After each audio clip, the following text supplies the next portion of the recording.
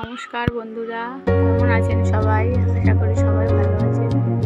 পুজোর আর মাত্র কয়েকদিন বাকি, আর আমার শিউলি গাছেও শিউলি ফুল ফোটা শুরু হয়ে গেছে।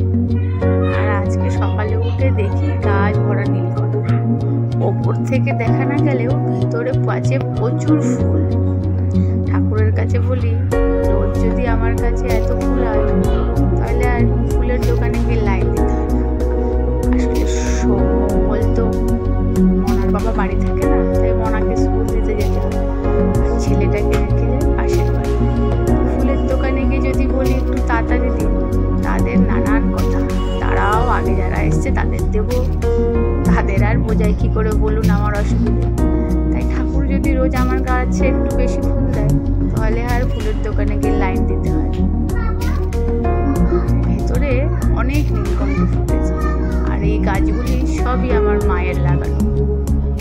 কদিন আগে মা একটা সাদা নীলকণ্ঠ এনেছিল, গাছটাতে অনেক ফুল দিয়েছে বর্ষার শুরু।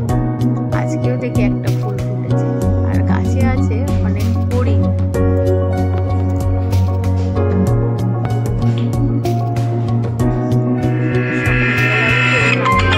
দেখতে সবারই খুব ভালো লাগে।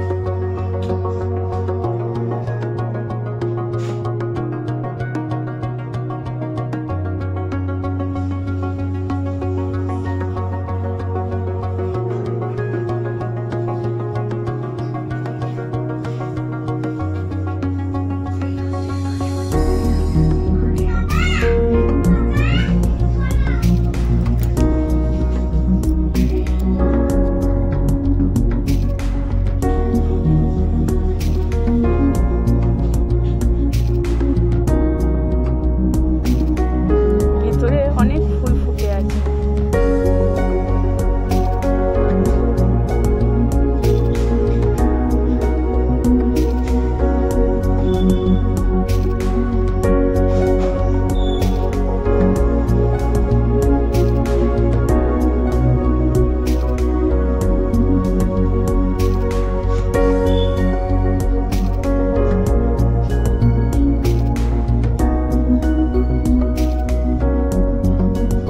মা একটা সন্ধ্যা মালতী গাছও এনেছিল, ওতেও বেশ কয়েকখানা ফুল ফুটেছে।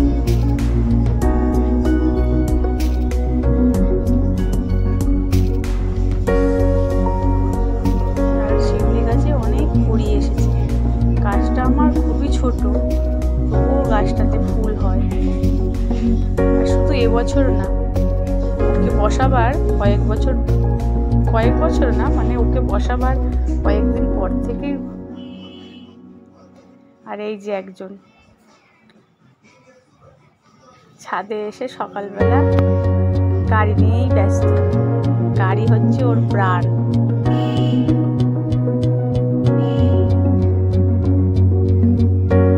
আজ অনেকদিন পর একটু ঝলমলিয়ে রোদও উঠেছে।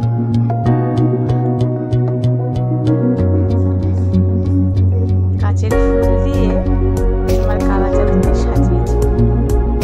কেমন হয়েছে আপনারা বলবেন কিন্তু।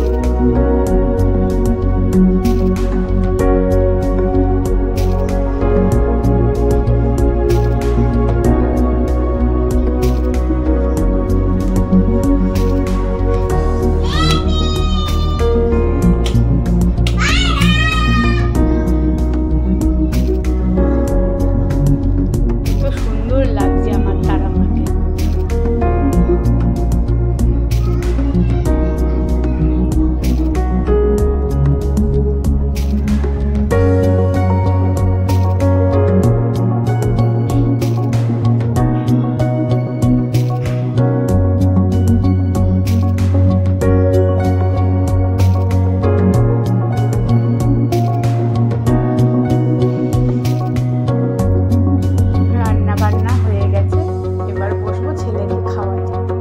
এখনো স্কুল থেকে আসিনি।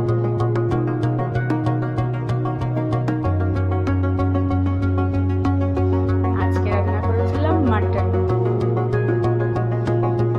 বাচ্চাগুলো কড়াইতে রান্না করলে খেতে পারে না, তাই আজ প্রেসারেই রান্না করেছি।